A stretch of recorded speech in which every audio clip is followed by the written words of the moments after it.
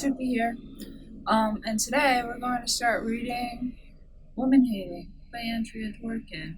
Um, all these books are like collector's items because they're out of circulation because her gay husband, which is not me using gay in a derogatory manner, like he's actually gay, she's a lesbian, it's marriage of convenience. But because her gay husband decided to take them out of circulation, so I'm going to be reading it to y'all.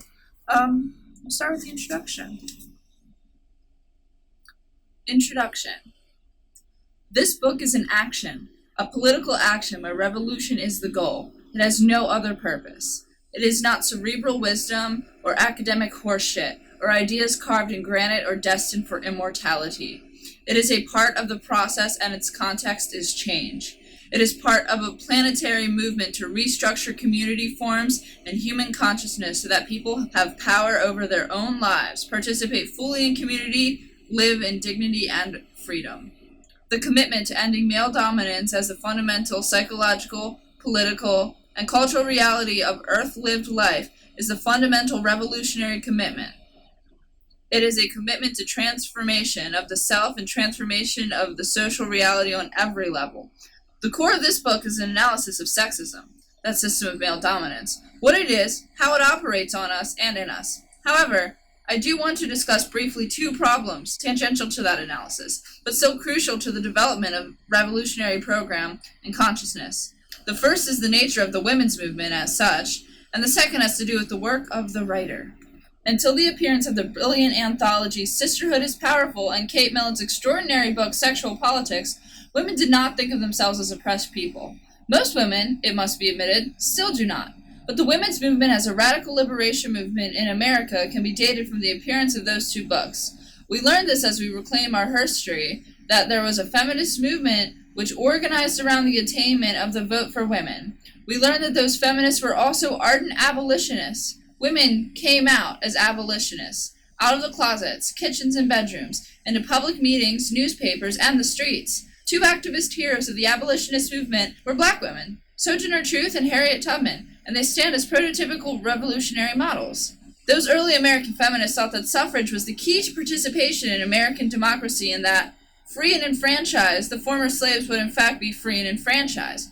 Those women did not imagine that the vote would be effectively denied blacks through literary tests, property qualifications, and vigilante police action by white racists. Nor did they imagine the separate but equal doctrine and the uses to which it would be put.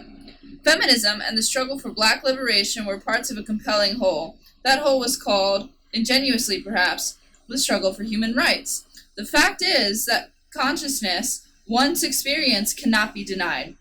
Once women experienced themselves as activists and began to understand the reality and meaning of oppression, they began to articulate a politically conscious feminism. Their focus, their concrete objective, was to obtain suffrage for women. The women's movement formalized itself in 1814 at Seneca Falls when Elizabeth Cady Stanton and Lucretia Mott, both activist abolitionists, called a convention. That convention drafted the Seneca Falls Declaration of Rights and Sentiments, which to this day an outstanding feminist declaration. In struggling for the vote, women developed many of the tactics which were used almost a century later in the civil rights movement. In order to change laws, women had to violate them. In order to change convention, women had to violate it. The feminists, suffragettes, were militant political activists who used the tactics of civil disobedience to achieve their goals. The struggle for the vote began officially with the Seneca Falls Convention in 1848. It was not until August 26, 1920, that women were given the vote by the kindly male electorate. Women did not imagine that the vote would scarcely touch on, let alone transform, their own oppressive situations. Nor did they imagine that the separate but equal doctrine would develop as a tool of male dominance. Nor did they imagine the uses to which it would be put. There have also been, always, individual feminists, women who violated the strictures of the female role, who challenged male supremacy, who fought for the right to work, or sexual freedom, or release from the bondage of the marriage contract. Those individuals were often eloquent when they spoke of the oppression they suffered as women in their own lives. But other women, properly trained to their roles, did not listen. Feminists, most often as individuals, but sometimes in small militant groups, fought the system which oppressed them, analyzed it, were jailed, or ostracized, but there was no general recognition among women that they were oppressed. In the last 5 or 6 years, recognition has become more widespread among women. We have begun to understand the extraordinary violence that has been done to us, that is being done to us, how our minds are aborted in their development by sexist education, how our bodies are violated by oppressive grooming imperatives, how the police function against us in cases of rape and assault, how the media, schools, and churches conspire to deny us dignity and freedom, how the nuclear family and ritualized sexual behavior imprison us in roles and forms which are degrading to us. We develop consciousness-raising sessions to try to fathom the extraordinary extent of our despair, to try to search out the depth and boundaries of our internalized anger, to try to find strategies for freeing ourselves from oppressive relationships, from masochism and passivity, from our own lack of self-respect. There was both pain and ecstasy in this process. Women discovered each other, for truly no oppressed group had ever been so divided and conquered. Women began to deal with concrete oppressions, to become part of the economic process, to erase discriminatory laws, to gain control over our own lives and over our own bodies, to develop the concrete ability to survive on our own terms. Women also began to articulate the structural analyses of sexist society. Millett did that with sexual politics. In vaginal politics, Alan Frankfurt demonstrated the complex and deadly anti-woman biases of the medical establishment. In Women in Madness, Dr. Phyllis Chesler showed us that mental institutions were prisons for women who rebelled against society's well-defined female role. We began to see ourselves clearly, and what we saw was dreadful. We recognized all of our social behaviors, learned behavior that functioned for survival in a sexist world. We painted ourselves, smiled, exposed legs and ass, had children, kept house, as our accommodations to the reality of power politics. Most of the women involved in articulating the oppression of women were white and middle class. We spent, even if we did not earn our control, enormous sums of money. Because of our participation in the middle-class lifestyle, we were the oppressors of other people, our poor white sisters, our black sisters, our Chicana sisters, and the men who in turn oppressed them. This closely interwoven fabric of oppression, which is the racist class structure of America today, assured that wherever one stood, it was with at least 1 foot heavy on the belly of another human being. As white, middle-class women, we lived in the house of the oppressor of us all, who supported us as he abused us, dressed us as he exploited us, treasured us in payment for the many functions we performed. We were the best fed, best kept, best dressed, most willing concubines the world has ever known. We had no dignity and no real freedom, but we did have good health and long lives. The women's movement has not dealt with this bread and butter issue, and that is its most awful failure. There has been little recognition that the destruction of the middle-class lifestyle is crucial to the development of a decent community forms in which all people can be free and have dignity. There is certainly no program to deal with the realities of the class system in America. On the contrary, most of the women's movement has, with appalling blindness, refused to take that kind of responsibility. Only the daycare movement has in any way reflected, or acted pragmatically on, the concrete needs of all classes of women. The anger at the Nixon administration for cutting daycare funds is naive at best. Given the structure of power politics and capital in America, it is ridiculous to expect the federal government to act in the interests of the people. The money available to middle-class women who identify as feminists must be channeled into the programs we want to develop, and we must develop them. In general, middle-class women have absolutely refused to take any action, make any commitment which would interfere with, threaten, or significantly alter a lifestyle, a living standard, which is moneyed and privileged. The analysis of sexism in this book articulates clearly what the oppression of women is, how it functions, how it is rooted in psyche and in culture. But that analysis is useless unless it is tied to a political consciousness and commitment which will totally redefine community. One cannot be free, never, not ever, in an unfree world. And in the course of redefining family, church, power relations, all the institutions which inhabit and order our lives, there is no way to hold on to privilege and comfort. To attempt to do so is destructive, criminal, and intolerable. The nature of women's oppression is unique. Women are oppressed as women, regardless of class or race. Some women have access to significant wealth, but that wealth does not signify power. Women are to be found everywhere, but own or control no appreciable territory. Women live with those who oppress them, sleep with them, have their children. We are tangled, hopelessly it seems, in the gut of the machinery and way of life which is ruinous to us. And perhaps most importantly, most women have little sense of dignity or self-respect or strength, since those qualities are directly related to a sense of manhood in our society. In Revolutionary Suicide, Huey P. Newton tells us that the Black Panthers did not use guns because they were symbols of manhood, but found the courage to act as they did because they were men. When we women find the courage to defend ourselves, to take a stand against brutality and abuse, we are violating every notion of womanhood we have ever been taught. The way to freedom for women is bound to be torturous for that reason alone. The analysis in this book applies to the life situations of all women, but all women are not necessarily in a state of primary emergency as women. What I mean by this is simple. As a Jew in Nazi Germany, I would be oppressed as a woman, but hunted, slaughtered as a Jew. As a Native American, I would be oppressed as a squaw, but hunted, slaughtered as a Native American. That first identity, the one which brings with it, as part of its definition, is death. The identity of primary emergency. This is an important recognition because it relieves us of serious confusion. The fact, for instance, that many black women, by no means at all, experience primary emergency as blacks no way lessens the responsibility of the black community to assimilate this and other analyses of sexism and to apply it in their own revolutionary work. As a writer with revolutionary commitment, I am particularly pained by the kinds of books writers are writing and the reasons why.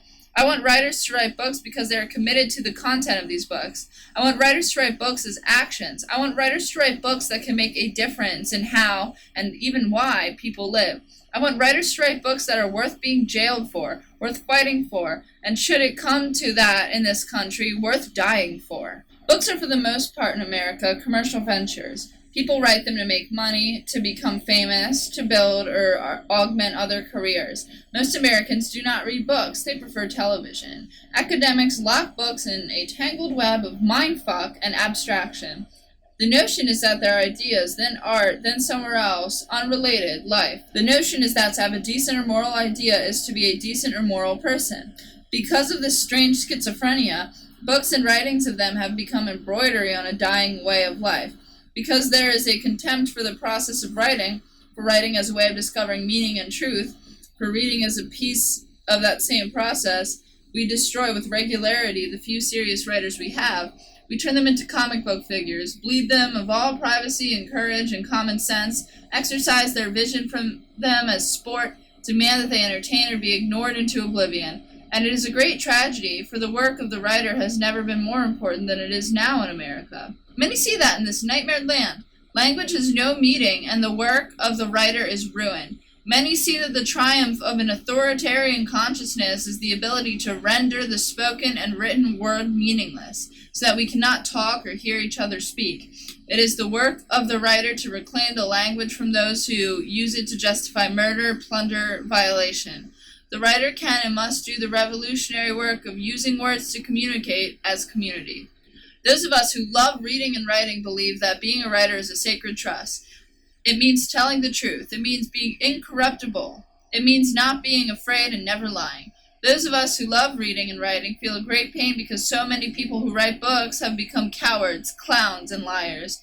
Those of us who love reading and writing begin to feel a deadly contempt for books because we see writers being bought and sold in the marketplace. We see them vending their tarnished wares on every street corner. Too many writers, in keeping with the American way of life, would sell their mothers for a dime. To keep the sacred trust of the writer is simply to respect the people and to love the community. To violate that trust is to abuse oneself and do damage to others. I believe that the writer has a vital function in the community and an absolute responsibility to the people. I ask that this book be judged in that context. Specifically, woman-hating is about women and men, the roles they play, the violence between them. We begin with fairy tales, the first scenarios of women and men which mold our psyches, taught to us before we can know differently. We go on to pornography, where we find the same scenarios, explicitly sexual and now more recognizable, ourselves, carnal women and heroic men. We go on to herstory, the binding of feet in China, the burning of witches in Europe and America. Then we see the fairy tale and the pornographic definitions of women functioning in reality, the real annihilation of real women, the crushing into nothingness of their freedom, their will, their lives, how they were forced to live, and how they were forced to die. We see the dimensions of the crime, the dimensions of the oppression, the anguish and misery that are a direct consequence of polar role definition of women defined as carnal, evil, and other.